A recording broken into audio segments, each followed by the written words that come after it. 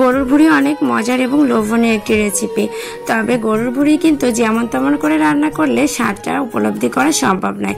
তো কিভাবে অথেন্টিক উপায় অবলম্বন করে গরুর ভুঁড়ি আসল স্বাদ উপলব্ধি করবেন সেই রেসিপি আজকে আপনাদের সাথে শেয়ার করব। আশা করি প্রত্যেকে আমার সাথে থাকবেন, পুরো ভিডিওটা কন্টিনিউ করবেন। আসসালামু আলাইকুম, কেমন আছেন সবাই? আশা করি সবাই নিশ্চয়ই ভালো আছেন। আলহামদুলিল্লাহ আমিও ভালো আছি। আর এই তো আজকে গরুর ভুঁড়ি রান্না করার জন্য এখানে অল্প পরিমাণে ভুঁড়ি নিয়েছি। গরুর ভুঁড়ির যে মোটা মোটা অংশগুলো সেগুলো ছোট ছোট টুকরো করে কেটে নিয়েছি।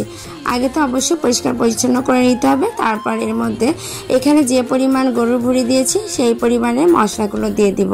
তো প্রথমে আমি কিছু রসুন থেতো করে দিয়েছি, তারপর পেঁয়াজ কেটে দিয়েছি, আর দিয়ে দিচ্ছি এখন এলাচ, দারচিনি, তেজপাতা, সাদা এলাচ, কালো এলাচ দুটোই দিয়েছি, আর দিয়ে দিলাম পরিমাণ মতো লবণ। এরপর দিয়ে দিব সব ধরনের গুঁড়া মশলা। প্রথমে দিয়ে দিলাম জিরার গুঁড়া, এখন দিয়ে দিব ধনিয়ার গুঁড়া, হলুদের গুঁড়া, আর দিয়ে দিব অবশ্যই পরিমাণ মতো শুকনো মরিচের গুঁড়া। যে যেমন খেতে পছন্দ করেন ঝালের পরিমাণ তেমনটাই দিতে হবে। আর লাস্টে দিয়ে দিব পরিমাণ মতো তেল। তেলটা একটু গরুর ভুঁড়ি রান্না করতে গেলে বেশি দিতে হয়, কারণ তেলের পরিমাণটা বেশি হলে ভুঁড়ি রান্নাটা কিন্তু অনেক বেশি স্বাদের হয়। আর অবশ্যই সব কিছু ভালো মতো মেখে দিতে হবে।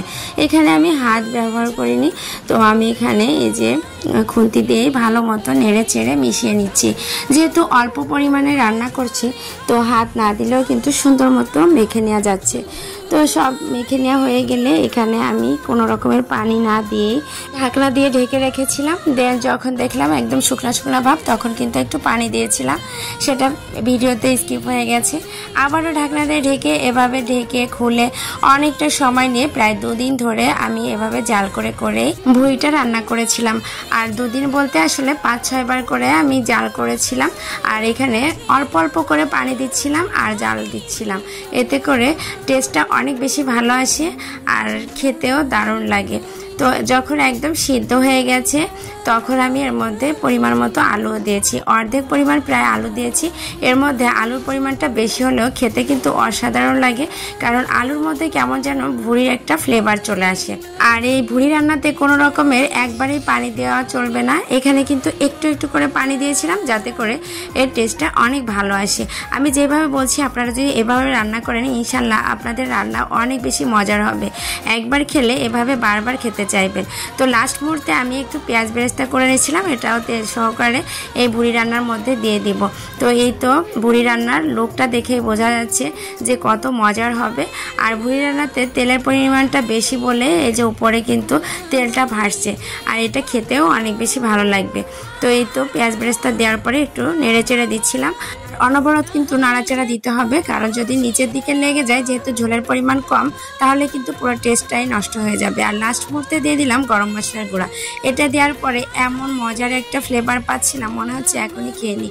তো এই তো রান্না শেষে এখন একটা বাটির মধ্যে পরিবেশন করে নিচ্ছি। লুকটা দেখুন কতটা মজার হয়েছে।